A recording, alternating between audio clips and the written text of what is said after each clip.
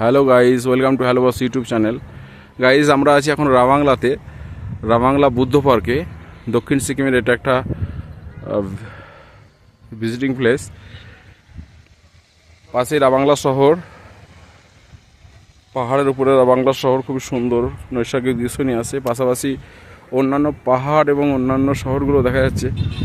Zoom করলে দেখা যাবে সে সমস্ত বাড়িঘরগুলো। নিচেও রয়েছে রাবাংলা শহরের কিছু অংশ। তো মূলত মানুষ রাবাংলাতে আসে এই বুদ্ধ পার্ক ভ্রমণ করার জন্যই। বুদ্ধ পার্ক ঘুরতে গেলে সময় 2 থেকে 3 ঘন্টা লাগবে টোটাল এলাকাটা ঘুরতে গেলে।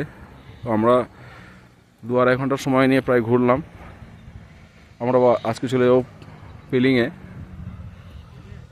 এরকমই দৃশ্য আছে বুদ্ধ পার্কের এই বুদ্ধস্তূপার উপরের এলাকাটা থেকে।